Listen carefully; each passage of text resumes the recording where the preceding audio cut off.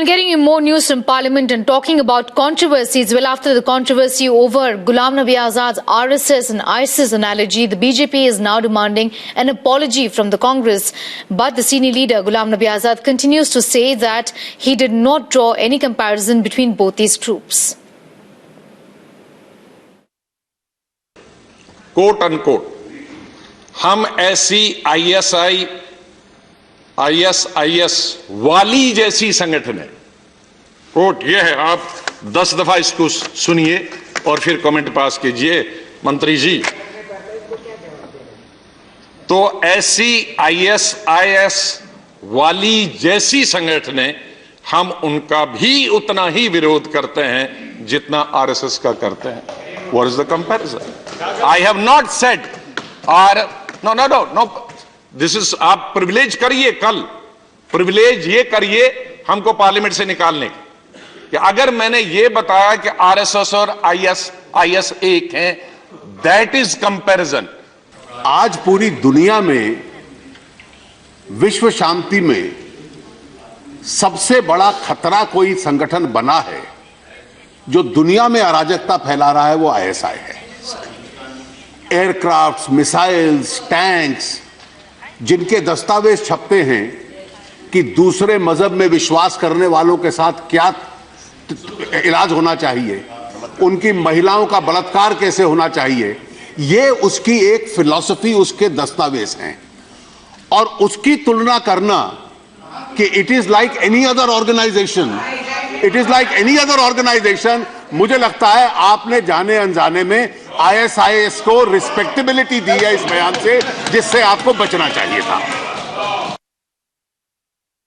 It is indeed shocking and shameful that a senior leader like Mr. Ghulam Nabi Azad, from the platform of Jamaat-e-Ulama-e-Hind, has chosen to compare the rank terrorist organization like ISIS with a patent Rashtrabhakt Sangathan like RSS. I completely condemn it. But what is a matter of great dismay and shock for me is that by doing so, Mr. Ghulam Nabi Azad is seeking to give some degree of legitimacy to ISIS, which is almost a curse for the world, and the entire humanity is up in arms.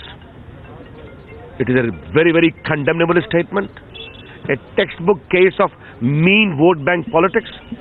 Congress party has been criticizing RSS for its own political gains for the last more than 60 years, and RSS has been rising.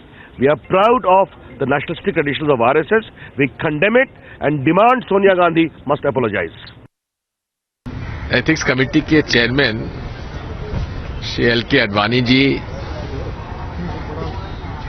के अनुभव और उनका जो सोच है और उनका जो हमेशा व्यवहार रहा है, हमें उन पर पूरा भरोसा है कि इस तरह के जो शिकायतें आती हैं उनको तत्काल निरस्त किया जाएगा।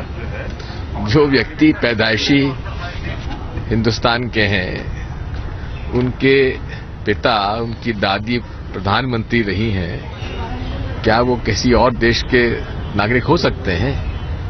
ये बिल्कुल एक ऐसी बात है जिसको कि एथिक्स कमेटी को पहली मीटिंग में समाप्त कर देना चाहिए। ग्रैंड ओल्ड पार्टी है, इसका ब्रांड न्यू सेकुलर फार्मूला है कि आतंकवादियों को फूलों का गमला और राष्ट्रवादियों पर फूहड़ हमला। तो जो ये राष्ट्रवादियों पर फूहड़ हमला और आतंकवादियों को फूलों का गमला लेकर के कांग्रेस पार्टी का ये ग्रैंड ओल्ड पार्टी का जो ये ब्रांड न्यू सेकुलर फार्मूला है, इसको निश्चित तौर से देश देख रहा है। हम इस बारे में स्पष्ट रूप से कहना चाहते हैं कि आज देश में जो संदेश गया है, वो साफ संदेश गया है कि ये जो ग्रैंड ओल्ड पार्टी है, ये कहीं न कहीं आतंकवादियों और राष्ट्रद्रोहियों को महिमा मंडित करने, उनको संरक्षण देने और सुरक्षा देने में ज्यादा विश्वास करने लगी है। और इसलिए जो है वो कांग्रेस पार्टी को इसके लिए माफी मांगनी चाहिए और माफी के साथ साथ उसको स्पष्ट करना चाहिए कि उन्होंने जो कुछ भी RSS की तुलना ISS से की है, उसके पीछे उसकी मानसिकता, उसका षड्यंत्र क्या है।